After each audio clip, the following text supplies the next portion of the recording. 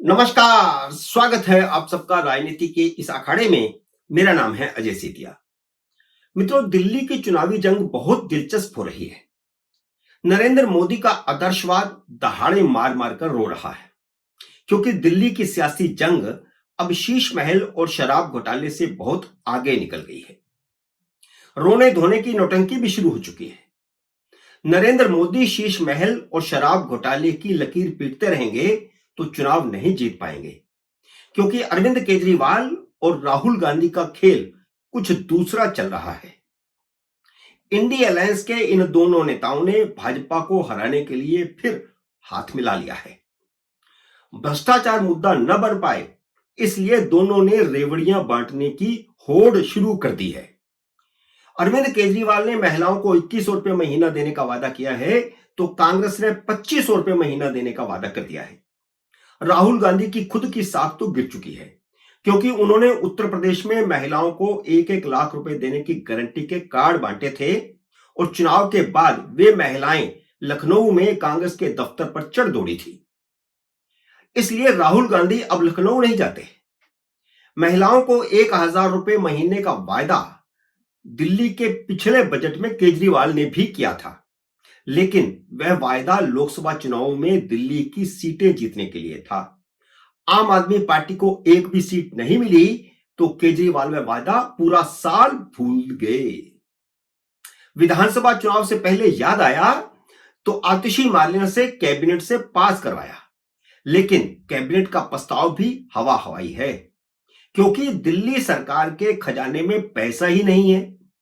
प्रधानमंत्री नरेंद्र मोदी ने रविवार को जिस आरआरटीएस योजना का उद्घाटन किया है, वह उत्तर प्रदेश, हरियाणा, दिल्ली और केंद्र सरकार की साझा परियोजना है, क्योंकि मेरठ से चलकर आरआरटीसी की वह ट्रेन गुड़गांव तक पहुंचेगी।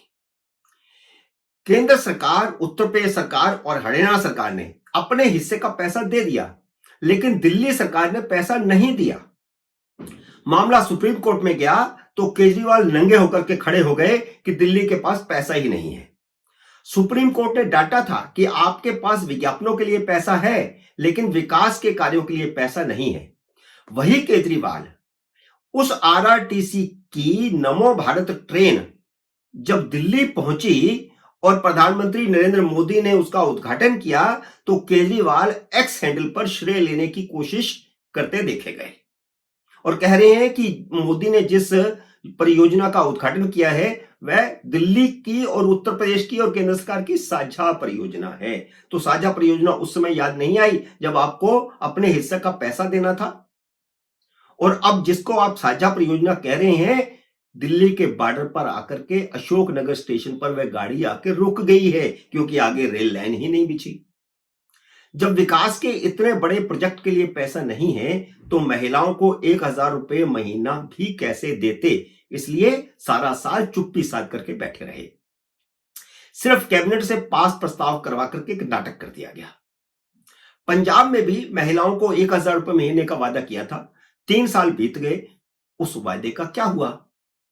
लेकिन बड़ा सवाल यह है कि महिलाएं ही क्यों राहुल, केजरीवाल और मोदी के भी निशाने पर बनी हुई हैं।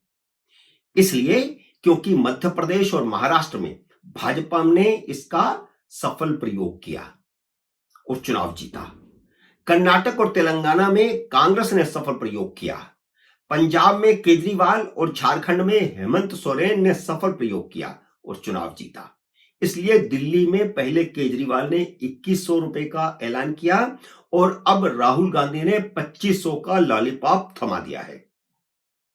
राहुल गांधी ने यह ऐलान कराने के लिए कर्नाटक के उप मुख्यमंत्री डीके शिव कुमार को दिल्ली बुलाया, क्योंकि डीके शिव कुमार ने कर्नाटक में महिलाओं की यह योजना लागू की है। कर्नाटक में करीब 1.25 करोड़ महिलाओं को हर महीने 2000 रुपया दिया जा रहा है। इसलिए डीके शिव कुमार का वादा केजरीवाल पर भारी पड़ेगा, क्योंकि केजरीवाल ने दिल्ली और पंजाब में सिर्फ वायदे किए, उन्हें पूरा नहीं किया, जबकि कर्नाटक में डीके शिव कुमार ने वह वायदा पूरा किया है। वैसे डीके शिव कुमार से राहुल गांधी ने भी एक वायदा किया था, उस वायदे को भी पूरा करने का समय आ गया है। अगर राहुल गांधी ने जल्द ही सिद्धारमैया को हटाकर डीके शिव कुमार को मुख्यमंत्री नहीं बनाया तो कर्नाटक में तख्ता पलटेगा। भाजपा ने डीके शिव कुमार को बुलाना शुरू कर दिया है। इसलिए डीके शिव कुमार को दिल्ली में रेवड़ियां बांटने वाले राष्ट्रीय नेता की तरह प्रोजेक्ट किया गया। डीके शिव कुमार ने तो राहुल गांधी की तरफ से 2,500 रुपए की गारंटी दे दी। अब राहुल गांधी की बारी है। अगर कर्नाटक में सत्ता परिवर्तन नहीं हुआ तो फिर सत्ता परिवर्तन दूसरे तरीके से हो जाएगा। दिल्ली में भाजपा के सामने चुनौती यह है कि वह 3,000 रुपए महीने का वायदा करेगी या नहीं करेगी, और फिर मोदी वही जुमला दोहराएंगे कि यह मोदी की गारंटी है, झूठे केजरीवाल की नहीं। भाजपा के सिर्फ यह कहने से बात नहीं बनेगी कि मौजूदा सारी स्कीमें जारी रहेंगी। यह बात तो दिल्ली प्रदेश कांग्रेस के अध्यक्ष देवेंद्र यादव ने भी कह दी है कि होगी हर जरूरत पूरी, कांग्रेस है जरूरी। तो इसका मतलब क्या है कि अरविंद केजरीवाल ने जो वादे किए हुए हैं या जो योजनाएं चल रही हैं वे लागू रहेंगी। और यह बात तो भाजपा ने भी कही है।